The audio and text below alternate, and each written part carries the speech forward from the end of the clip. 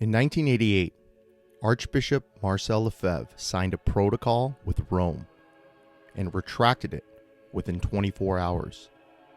He saw the trap. Rome wanted compromise. He walked away. No games, no delay, just truth. But in 2012, Bishop Bernard Fellay submitted a new declaration to Rome 24 years later. And unlike Lefebvre, he never retracted it. I think, let's say, the more we go, the more lenient Rome goes too. And that's why, let's say, now we start to speak about getting closer. That's because Rome is little by little giving or granting what we see as a necessity. One word exposed it all.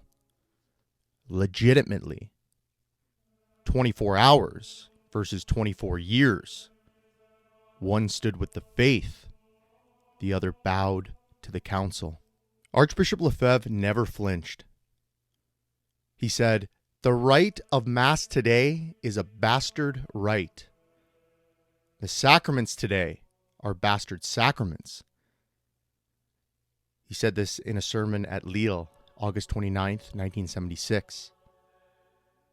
He called the Novus Ordo the child of an adulterous union, the marriage of the Church with Protestant heresy. This new rite of Mass expresses a new faith, a faith which is not ours, not the Catholic faith. He said this in Fidelity, 1984. Rome has lost the faith, my dear friends. Rome is in apostasy. He said this in a conference on October 4th, 1987. For Lefebvre, this wasn't just bad liturgy. It was an intrinsically poisoned rite, a revolution designed to destroy the priesthood, the altar, and the soul. St. Thomas Aquinas defined law as an ordinance of reason for the common good, made by him who has care of the community and promulgated. He said this in the Summa of Theologiae, first part of the second part, question 90, articles 1 through 4. If a law contradicts reason, endangers souls, or attacks the faith, it is no law at all. And the SSPX affirmed this. And to quote them in 2001, Paul VI's Missal does not have the character of a true law and cannot be obligatory. Why? It defies reason, it insults justice, and it endangers souls. A law that destroys the very thing it claims to uphold is not a law, it's a trap. Enter Bishop Fellay, 2012. He wrote, "We recognize the rights legitimately promulgated by Popes Paul VI and John Paul II." He wrote this in Doctrinal Declaration, April 15th, 2012. Not just promulgated, legitimately promulgated. One word once led empires into schism. One word now leads souls into betrayal. Because to say the new Mass was legitimately promulgated is to say it was right, it was lawful, it was pleasing to God. But ask yourself, would Archbishop Lefebvre ever call a bastard rite legitimate? No, because he knew to call the child legitimate is to bless the union. And the Novus Ordo was born of an adulterous union. It is a rite of modernism. To say the new Mass was legitimately promulgated is to call an attack on the faith a law of the Church.